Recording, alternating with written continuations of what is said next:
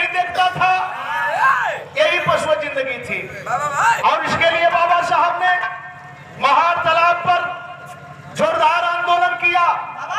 जानते हैं कि तालाब से पानी पीने के लिए हर समाज के लोग जाते थे, लेकिन बाबा साहब ने देखा कि हमारे लोगों को यहाँ पर पानी पीने का अधिकार नहीं है और पानी से ही जिंदगी है। बाबा साहब ने उस तालाब पर आंदोलन किया, आप लोगों को लेकर के साथ में लेकर के, और बाबा साहब ने संकल्प ले लिया कि पानी पीने के बगैर भी हम मर जाएंगे। संघर्ष का पता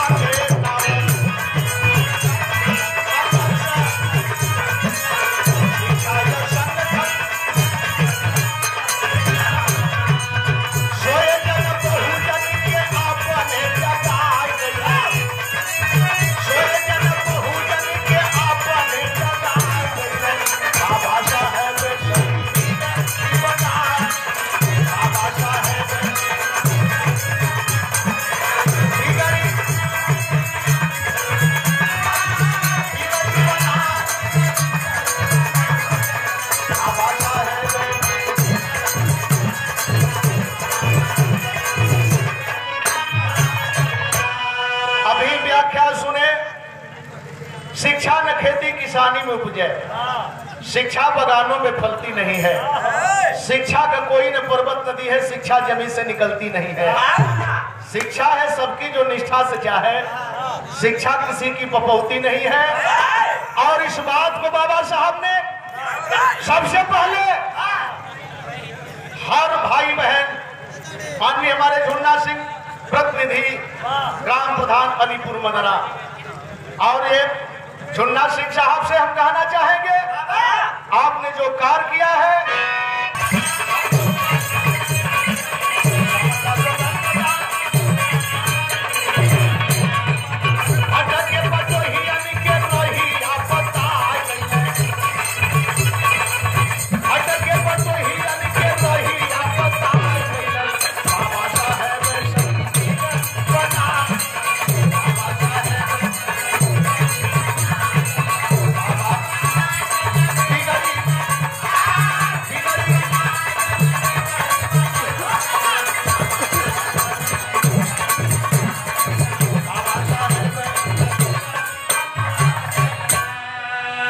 बाबा साहब, अरे हमको तो हर समाज का सम्मान चाहिए।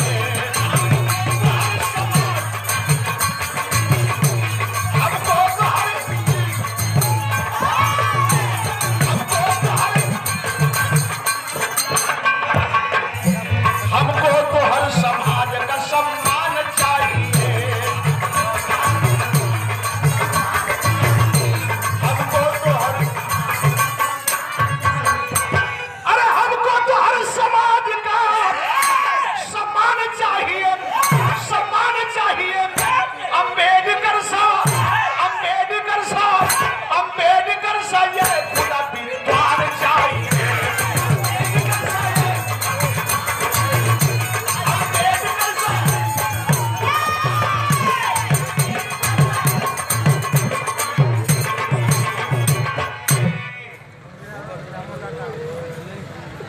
स्वर्गीय राम उत्तरदारी परिवार से 100 रुपया पुरस्कार।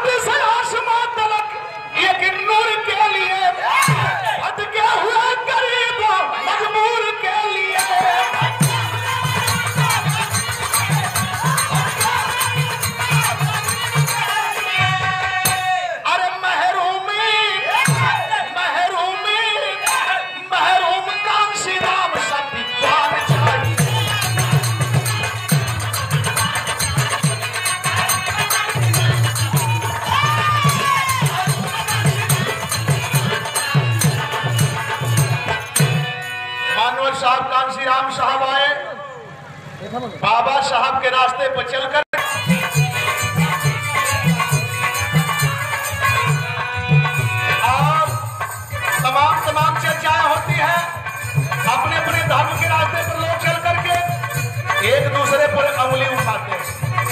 लेकिन नहीं, तथागत महामाना के समय में कहा जाता है कि भारत में नदियां दूध दही बहा करती थी। तो वो वही समय था साथियों, और जरूरत है धरती पर एक धसा भगवान हो फिर से।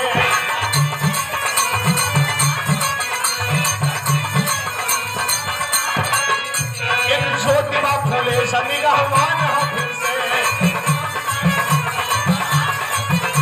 एक ज्योतिबा, अरे धरती पर एक बुद्ध साहब भगवान हो फिर से। एक ज्योतिबा फूले सनिगहवान हो फिर से।